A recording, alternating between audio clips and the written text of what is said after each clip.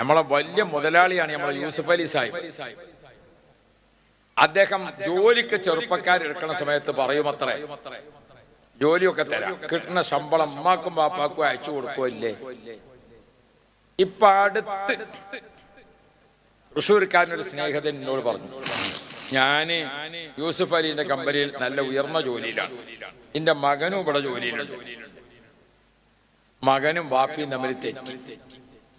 ആ വിവരം യൂസുഫ് അലി അറിഞ്ഞു. അപ്പൊ തന്നെ മൂപ്പര് മകനെ ക്യാൻസലാക്കി വിട്ടു. വാപ്പാന്റെ പൊരുത്തല്ലാത്ത മക്കൾ എന്റെ അടുത്ത് ജോലി ചെയ്യണ്ട. അപ്പൊ തന്നെ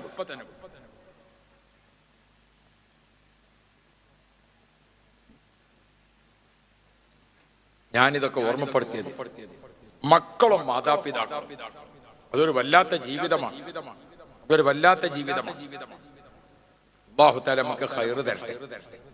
അലി റളിയല്ലാഹു അൻഹു ഫാത്തിമ ബീവിയും തമ്മിലുള്ള സ്നേഹബന്ധം അങ്ങനെ ജീവിതം മുന്നോട്ട് പോണതിന്റെ ഇടയ്ക്ക് നിങ്ങൾക്ക് അറിയോ, ഒരിക്കൽ അലിയാർക്ക് ജോലിയില്ല, വീട്ടിലൊക്കെ പട്ടിണിയാണ്. എന്താ അവിടെ ഒരു പുക പോകണ്ടോ? അല്ലേ? കുറച്ചേരം ആയാൽ എന്ത് വരും? ഒരു പുക ഇങ്ങനെ പോകും. അത് നമ്മളെ തമ്മിലുള്ള പുക അറിയായിട്ടാണ്. മനസ്സിലായില്ലേ? ഈ ചെറിയൊരു തണുപ്പിലുണ്ടാകുന്ന പുക. അതിന് നിങ്ങൾ അയിമക്ക് തന്നെ നോക്കിക്കണം. നിങ്ങളാണ് നോക്കാതെ ഒന്നാമത് നിൽക്കും ചെയ്യും. ചില സംഗതി അങ്ങനെയുണ്ട്, നമ്മൾ നോക്കുമ്പോ ഒരു പ്രശ്നകാരി. അപ്പൊ അതാണ് കുട്ടികൾ തമ്മിൽ കളിച്ചു കാണിച്ചാൽ നമ്മൾ കണ്ടില്ല എന്ന് വെച്ചാൽ ഓല അടിയും പിടി ഓല തന്നെയാണ് നന്നായിക്കോളും. നമ്മൾ തീർക്കാൻ വേണ്ടി പോയാൽ പിന്നെ അയൽവാസികൾ തമ്മിൽ കച്ചറ കൂടേണ്ടി വരും. അല്ലാഹു തആല ഖൈർ തരട്ടെ. ഹബീബുനാ മുഹമ്മദ് മുസ്തഫ അലി റളിയല്ലാഹു അൻഹു ഫാത്തിമയുടെ ജീവിതത്തിൽ കഷ്ടപ്പാടായി. റസൂലുള്ളാഹി സ്വല്ലല്ലാഹു അലൈഹി വസല്ലം തങ്ങൾക്ക് സഹായിക്കാൻ റസൂലുള്ളാഹിന്റെ കയ്യിലുമില്ല. അലി റളിയല്ലാഹു അൻഹു ജോലി അന്വേഷിച്ച് ഇറങ്ങി. ഞാൻ എന്റെ സഹോദരിമാരോടൊക്കെ ഓർമ്മപ്പെടുന്നത്, എന്നും ഗൾഫിൽ ഒരുപോലെയാണെന്ന് വിചാരിക്കരുത്, എന്നും ഭർത്താവിന് ഒരേപോലത്തെ വരുമാനമാണെന്ന് വിചാരിക്കരുത്. തിരിച്ച് ഇങ്ങോട്ടും അങ്ങനെ തന്നെയാണ്. ഭാര്യ ഭർത്തൃ ജീവിത സുഖ ദുഃഖങ്ങൾ പരസ്പരം അറിയണം, മനസ്സിലാക്കണം. മക്കൾക്ക് അതൊക്കെ പറഞ്ഞു മനസ്സിലാക്കി കൊടുക്കണം. ജീവിതം എന്ന് പറയുന്നത് സ്വർഗത്തിൽ നിന്നാണ് നിക്കാഹ് നടന്നത്. ആദം നബി അലൈഹി സ്വലാം ഹവ്വാ ബീവിയെ കല്യാണം കഴിച്ചത് സ്വർഗത്തിൽ നിന്നാണ്. സ്വർഗത്തിൽ നിന്ന് തുടങ്ങിയ വിവാഹ ജീവിതം സ്വർഗത്തിൽ തന്നെയാണ് അവസാനിക്കുക. അതുകൊണ്ട് ആ കാര്യം നല്ല പോലെ ഓർക്കണം. അല്ലാഹു റബ്ബി ബഹുമാനപ്പെട്ട ഫാത്തിമ ബീവിയും അലി റളിയല്ലാഹു ജോലിയില്ലാതെ അലിയാര് ജോലി അന്വേഷിച്ച് നടന്നിട്ട് ഒരു വീട് പണി നടക്കുന്നിടത്ത് വെള്ളം കോരുന്ന ജോലി കിട്ടി. വെള്ളം കോരുന്ന ജോലി കിട്ടിയപ്പോൾ 16 തോൽപാത്രം വെള്ളം എത്തിച്ചു കൊടുത്തതിന് ഒരു തോൽപാത്രത്തിന് ഒരു കാരക്ക എന്ന രീതിയിൽ 16 കാരക്ക കൂലി കിട്ടി. അതുമായി വന്നുകൊണ്ട് അലി റളിയല്ലാഹു അൻഹു ഫാത്തിമയെ ഏൽപ്പിച്ചപ്പോൾ ഫാത്തിമ അതുകൊണ്ട് കുറച്ച് സംഗതികളൊക്കെ ഉണ്ടായിട്ട് ഒരു ഭക്ഷണം ഉണ്ടാക്കി. അവർ അറബികളുടെ രീതിയിൽ ആ ഭക്ഷണം ഉണ്ടാക്കിയിട്ട് ബഹുമാനപ്പെട്ട ഫാത്തിമ റളിയല്ലാഹു അൻഹ അതിൽ നിന്ന് കുറച്ച് ഭക്ഷണം എടുത്തിട്ട് ഓടിപ്പോയി ഉപ്പാന്റെ അടുത്തേക്ക്. ഉപ്പാക്ക് കൊണ്ടുപോയിട്ട് ഈ ഭക്ഷണം കൊടുക്കുമ്പോൾ ഉപ്പ ചോദിക്കുന്നുണ്ട്, മോളെ ഫാത്തിമോ, ഈ ഭക്ഷണം എവിടെ നിന്നാണ് കിട്ടിയത്? അപ്പൊ പറഞ്ഞു, ഉപ്പ അലിയാർക്ക് ജോലി കിട്ടിയിട്ടുണ്ട്, ഇന്ന് പോയിട്ട് 16 കാരക്ക കിട്ടി, അതിൽ നിന്ന് ഉണ്ടാക്കിയിരിക്കുന്ന ഭക്ഷണം ഉപ്പാക്ക് കൊണ്ടുവന്നതാണ്. അപ്പോൾ ഉപ്പ മോളോട് ചോദിക്കുന്നുണ്ട്, മോളെ നീ ഉപ്പാന്റെ മോളാണോ അതല്ല ഉപ്പാന്റെ ഉമ്മയാണോ എന്ന് ചോദിക്കുന്നുണ്ട് റസൂലുള്ളാഹി തങ്ങൾ. നീ ഉപ്പാക്ക് മോളാണോ അതോ നീ എനിക്ക് ഉമ്മയാണോ? കാരണം മകൻ വിശക്കുന്നു എന്നത് കണ്ടറിഞ്ഞിട്ട് ഓടി വരിക ആർക്കാ സാധിക്ക? ഉമ്മാക്കാണ് സാധിക്ക. ഒരു ഉമ്മ ചെയ്യുന്ന കാര്യമാണ് ഇവിടെ ആര് ചെയ്യുന്നത്? ഫാത്തിമ ബീബി ചെയ്യുന്നത്.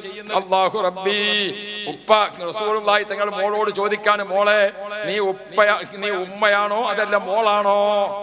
ആ സമയത്ത് ഫാത്തിമ ബീബി പറയുന്നുണ്ട്, ഉപ്പാ ഉമ്മ ഖദീജ ബീബി നിങ്ങൾക്ക് വേണ്ടി ഭക്ഷണം ഉണ്ടാക്കി തരുന്നതും നിങ്ങളെ ശുശ്രൂഷിക്കുന്നതും പരിപാലിക്കുന്നതും ഞാൻ ഓർത്തുപോയി. ആ സമയത്ത് റസൂലുള്ളാഹി തങ്ങൾ മോളോട് പറയുന്നുണ്ട്, മോളെ ഉപ്പ ഭക്ഷണം കഴിച്ചിട്ട് 3 ദിവസമായിട്ടുണ്ട്. ആ സമയത്താണ് ഫാത്തിമ ഭക്ഷണവുമായി ചെല്ലുന്നത്. ഓ പ്രിയപ്പെട്ട സഹോദരീ സഹോദരങ്ങളെ, ഇന്ന് നമ്മളൊക്കെ സുഭിക്ഷമായ ഭക്ഷണത്തിന്റെ കാലഘട്ടമാണ്. അല്ലാഹു തആല നമുക്ക് കഷ്ടപ്പാട് തന്നിട്ടില്ല. പക്ഷേ ഭക്ഷണം കൊണ്ട് ദൂർത്ത് കളിക്കല്ലേ, കഷ്ടപ്പാട് വിളിച്ചു വരുത്തരുത്. ഇതൊക്കെ ഞാൻ ഓർമ്മപ്പെടുന്നത് ഒരു മദ്രസയുടെ സിൽവർ ജൂബിലി എന്ന് പറയുമ്പോൾ പഠിക്കാൻ ആവശ്യമുള്ള കുറച്ച് കാര്യങ്ങൾ നിത്യജീവിതത്തിൽ പകർത്താൻ ഞാൻ എൻ്റെ ഉമ്മ പങ്ങന്മാരോട് ഓർമ്മപ്പെടുത്തുന്നത് നമ്മുടെ നിത്യ ജീവിതത്തിൽ നമ്മൾ ശ്രദ്ധിക്കേണ്ട ഏറ്റവും പ്രധാനപ്പെട്ട കാര്യമാണ് കുടുംബ ബന്ധം, രക്തബന്ധത്തിലെ, അതുപോലെ വിവാഹ ബന്ധത്തിലെ, അയൽവക്ക ബന്ധത്തിലെ.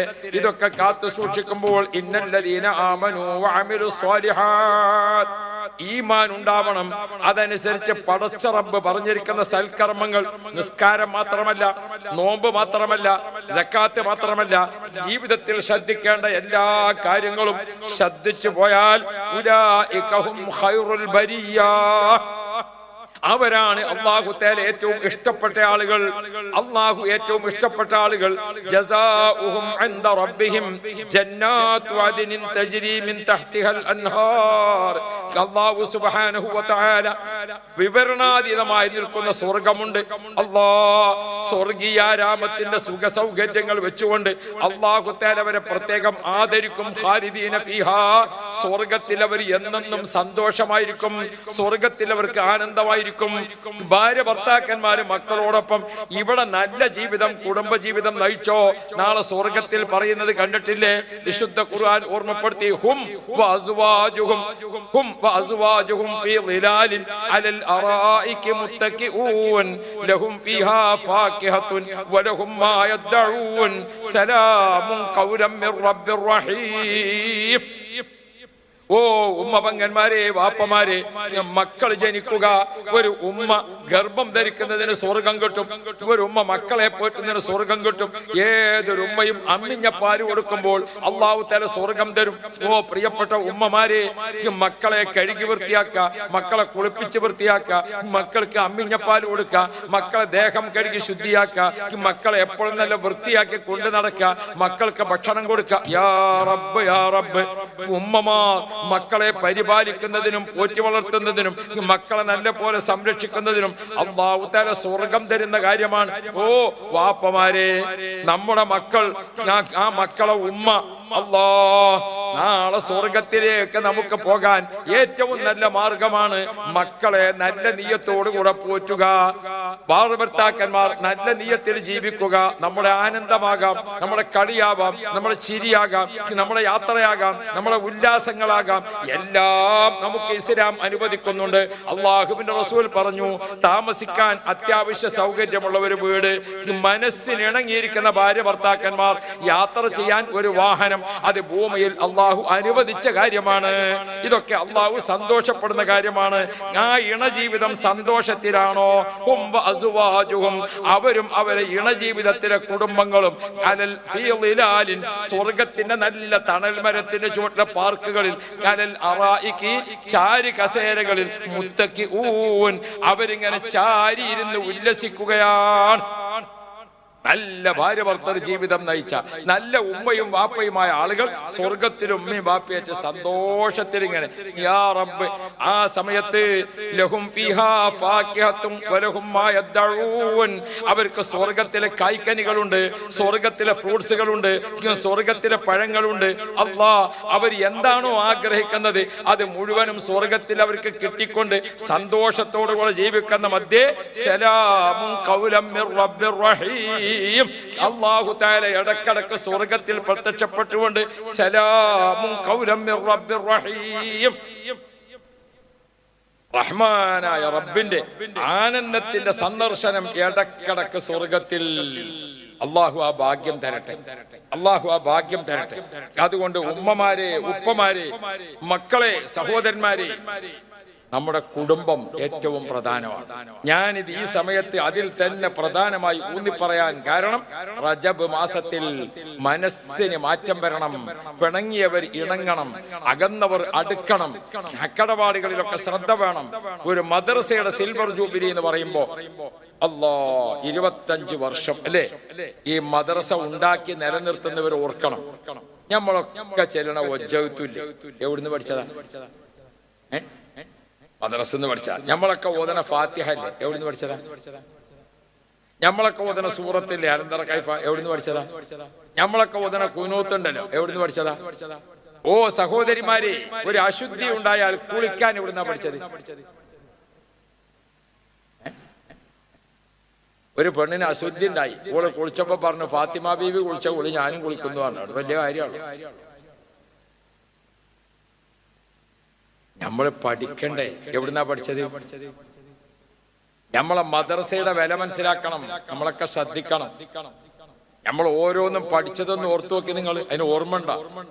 മദ്രസയിൽ മുഫത്തിശ് വന്നപ്പോഴേ കുട്ടികളോട് ചോദിച്ചു, കുളിന്റെ 13ാമത്തെ ഫർള് ഏതാന്ന് ചോദിച്ചു. കുട്ടികളിങ്ങനെ അന്തം വിട്ട് നിന്നപ്പോ 2 കുട്ടികൾ പറഞ്ഞു, ഞങ്ങളിവിടെ കുളത്തിലിറങ്ങി മുങ്ങലാണ്. 13ഉം 14ഉം നോക്കണ്ടല്ലോ. അപ്പോ എങ്ങനെയെങ്കിലും മുങ്ങിയിട്ട് കാര്യമില്ല, നാളെ ആഖിറത്തിൽ വരുമ്പോ രക്ഷപ്പെടണ്ടേ. അല്ലോ, നമ്മളാ മദ്രസ മുഅല്ലിമീങ്ങളെ കാര്യമായിട്ട് നടന്നിരുന്ന ഒരു ഉസ്താദിന്റെ ക്ലാരി ബാബ മുസ്ലിയാർ, അള്ളാഹു മഗ്ഫിറത്ത് കൊടുക്കണം. അയാൾ വഫാത്തായിട്ട് ഞാൻ അദ്ദേഹത്തിന്റെ ജനാസ കാണാൻ വേണ്ടി പോയി. അപ്പൊ പിന്നെ ഒരു അരമണിക്കൂറോളം മയ്യത്തെടുക്കാൻ.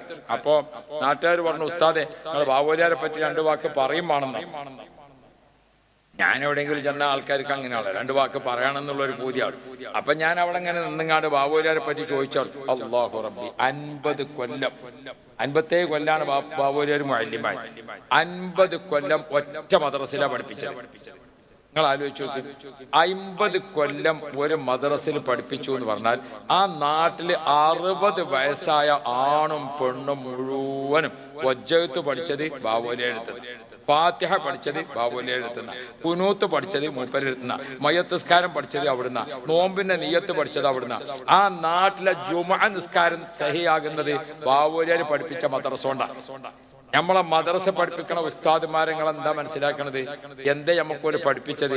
ഓലാ പഠിപ്പിച്ച ഇൽമ് നമ്മളെ കയ്യിൽ ഇല്ലെങ്കിൽ അല്ലാഹു അക്ബർ നമുക്ക് ചെല്ലാൻ വയ്ക്കുവോ? വജ്ജത്ത് നമുക്ക് കിട്ടുവോ? ഇപ്പൊ നമ്മളെ ഈ നാട്ടിലൊക്കെ ഉള്ള ചെറുപ്പക്കാർ കുട്ടികളോട് എല്ലാവർക്കും ആക്ഷേപം പറയും. ഞാൻ ഈ കുട്ടികളോടൊക്കെ ലോകത്തിൽ നിൽക്കലാണ്.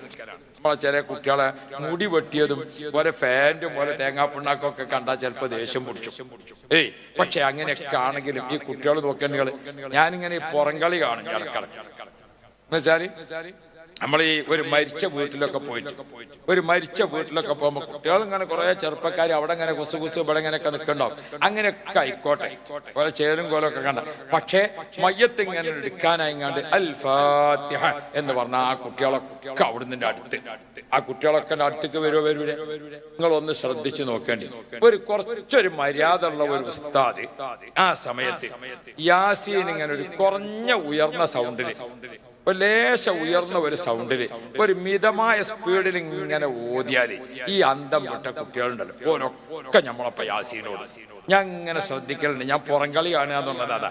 നമ്മളിങ്ങനെ യാസീൻ ഓതുമ്പോ ഇങ്ങനെ സദസ്സൊക്കെ നോക്കും. അപ്പൊ നമ്മളെ മുടിയും പോലെ ചേരും കോലൊക്കെ കണ്ട ദേഷ്യം വരും. പക്ഷെ ആ കുട്ടികളൊക്കെ യാസീനൊപ്പം ഇങ്ങനെ കൂടാണ്. എന്താ കാരണം? നമ്മളെ മദ്രസയാണ്. ചിലപ്പോൾ യാസീൻ കാണാതെ ഓതിയാൽ തപ്പിപ്പഴ വരും. അതിന് ഉസ്താദ് കുറച്ചൊന്നും ഇങ്ങനെ ഉറക്കനെങ്ങനെ ഓതിയാൽ കുട്ടികളൊക്കെ ഒപ്പം ഓതും. അത് നമ്മളെ മദ്രസന്റെ ഗുണാണ്. അതേ സമയത്ത് അന്യ സംസ്ഥാന തൊഴിലാളികളുണ്ട് നമ്മളെ നാട്ടിൽ. ഇവിടെ എത്രയോ പേര് ചോദിച്ചു നോക്കിയാൽ കമറുൽ ഇസ്ലാം, ദീനുൽ ഇസ്ലാം, ഇസ്സത്തുൽ ഇസ്ലാം, ലിവാഉൽ ഇസ്ലാം ഒക്കെ നല്ല പേരാണ്, അൽഹംദുലില്ലാ. പക്ഷേ ഓരോരുത്തർ വല്ല വിവരമുണ്ടോ? മദ്രസ ഇല്ല ഓരോ നാട്ടില്. പല നാട്ടിലെ മദ്രസ സംവിധാനമില്ല. ആയത്തുൽ കുർസി അറിയാത്ത, വജ്ജത്ത് അറിയാത്ത. അല്ലാഹു റബ്ബി, കഴിഞ്ഞ പെരുന്നാളിന്, ചെറിയ പെരുന്നാളിന് ഞാൻ നിലമ്പൂർ ടൗണിൽ നമ്മളൊരു പള്ളിയുണ്ട്, നിലമ്പൂർ ടൗണില് സെന്ററില്. ആ പള്ളിയിൽ നോക്കുമ്പോ പെരുന്നാൾ നിസ്കാരത്തിന് സാധാരണ അവിടെ ആള് കുറവാ, അങ്ങാടിയിൽ കച്ചവടക്കാരില്ലല്ലോ. അപ്പൊ നോക്കും പെരുന്നാൾ നിസ്കാരത്തിന് നിറച്ചാള്. നോക്കുമ്പോ ഒന്നും നമ്മളെ നാട്ടുകാരല്ല, ഒക്കെ ആരാണ്? ഒക്കെ ബീഹാരിയും ബംഗാളിയും ഒക്കെ. അപ്പൊ ഓലെ സംബന്ധിച്ചിടത്തോളം ആകെ കൊല്ലത്തിലൊരു നിസ്കാരമാണ്. അതേതാ? പെരുന്നാൾ നിസ്കാരം. ഒരു കയ്യും കെട്ടിയിട്ട് ഇങ്ങനെ നിൽക്കും. അതെന്നെ അറിയുള്ളൂ. എന്താ ചെല്ലേണ്ട വിഷയമൊന്നും അറിയില്ല. നിങ്ങൾ ഓർക്കണം, നമ്മളെ നാട്ടില് നമ്മളെ അമ്മമാരും ബാപ്പാരും കഴിഞ്ഞ പോലത്തെ കാലത്ത് എത്ര സാഹസപ്പെട്ടു. ഇവിടെ ഈ മദ്രസ തുടങ്ങിയ സങ്കടങ്ങളൊക്കെ നമ്മളെ ഉസ്താദ് പറഞ്ഞല്ലോ. അല്ലാഹു റബ്ബി, ഒരാള് മദ്രസ കുട്ടികൾക്ക് കുടിവെള്ളം അടക്കമുള്ള മൂത്രമൊഴിക്കാനുള്ള സൗകര്യമൊക്കെ ചെയ്തു കൊടുത്ത അയാൾക്ക് ഇപ്പൊ നമ്മൾ സമ്മാനം കൊടുത്തു. ഇതൊന്നും സമ്മാനമല്ല, ആഖിറത്തിൽ അള്ളാഹു കൊടുക്കുന്ന സമ്മാനം ചെറുതല്ല. അതുകൊണ്ട് മദ്രസയും പള്ളിയും പരിപാലിക്കുന്ന ആൾക്കാർ, ഓ ഉമ്മാരെ, അള്ളാഹുങ്ങൾക്ക് അറിയാതെ സ്വർഗം തരുന്ന കാര്യമാണ്. എന്താ? മദ്രസയിലെ ഉസ്താദിന് ചെലവാണ്, പള്ളിക്കത്തെ ഉസ്താദിന് ചെലവാണ്. അപ്പൊ നമ്മളെ പെണ്ണുങ്ങൾക്കൊരു പ്രത്യേക താല്പര്യം ആണോ? അല്ലേ? ഇന്റെ പേരിൽ പെണ്ണുങ്ങളുടെ മിഞ്ഞാന്ന് അങ്ങോട്ടും ഇങ്ങോട്ടും സ്പീഡിൽ ഇങ്ങനെ നടക്കണം. അപ്പൊ ഞാൻ ചോദിച്ചു, എന്തേ ഇപ്പൊ ഇതൊരു ഇളകരു ചോദിച്ചു. അപ്പം പറഞ്ഞിന്ന് ഉസ്താദ്മാരെ ചെലവാണ് ഇവിടെ. അപ്പൊ ഞാൻ പറഞ്ഞു ഒരു ഉസ്താദ് ഇവിടെ ഇങ്ങനെ ഇരിക്കുന്നുണ്ടല്ലോ, എന്നിട്ട് ഇപ്പൊ ഈ ഇളക്കൊന്നും കാണുന്നില്ലല്ലോ. നമ്മളിപ്പോ അവിടെ ദിവസം ഇരിക്കുന്നുണ്ട്. നമുക്ക് ആ സ്ഥിരമായിട്ട് കിട്ടണതിൻ്റെ ഉള്ളു. മൂലാര് ചെലവാന്ന് പറഞ്ഞു നോക്കുമ്പോ അങ്ങോട്ടും ഇങ്ങോട്ടും അടച്ചു. എന്താ ഒരു ഉസ്താദിന്റെ ഭക്ഷണാണെന്ന് പറഞ്ഞാൽ നമ്മളെ പെരിയിലെ ഉമ്മാക്ക് എന്നെ പാത്രം കഴുകണം, എന്നെ വിളമ്പിയിട്ട് പാത്രത്തിലാക്കണം. മക്കളൊന്നും ഏൽപ്പിക്കൂല. പഠിച്ചോനെ ഇതിലൊറ്റൊരു മുടി കുടുങ്ങോ മറ്റാകോ അമ്മമാർക്കും ഒരു ബേജാറാണ്. അങ്ങനെയാണല്ലോ, എല്ലാ പാത്രവും ഒരേ പാലില്ലല്ലോ. നമ്മളെ വീടിന്റെ മുറ്റത്ത് വന്നുകൊണ്ട് ഒരു ചങ്ങായി വെല്ലടിച്ചു, ഓ മീൻകാരനാ. കുട്ടികളോട് ഉമ്മ അറിയും പോയി മീൻ വാങ്ങിക്കൊടുത്താണ്. ഏത് പാത്രത്തിൽ കൊണ്ടായാലും വാങ്ങാം മീന്. ഓനാണ് പോയിട്ട് കുറച്ച് കഴിഞ്ഞിട്ട് വെല്ലടിച്ചത് പാലാണ്. പാലാരനോട് വാങ്ങാനുള്ള പാത്രം മീൻ വാങ്ങാൻ വേണ്ടി കൊടുക്കണവര് കൊടുക്കൂല. പാലിന്റെ പാത്രത്തിൽ തന്നെ വേറെ തന്നെ കഴുകിയിട്ട് ഇങ്ങനെ കമത്തി വെച്ചിക്കണം നല്ല മട്ടത്തില്. എന്നാലും ആ പാല് വാങ്ങാൻ വേണ്ടി പോകുമ്പോ അത് ഒന്ന് നോക്കി ഒന്ന് വെള്ളം ചുഴറ്റിയിട്ട് പിന്നെ കൊടുത്തേക്കും.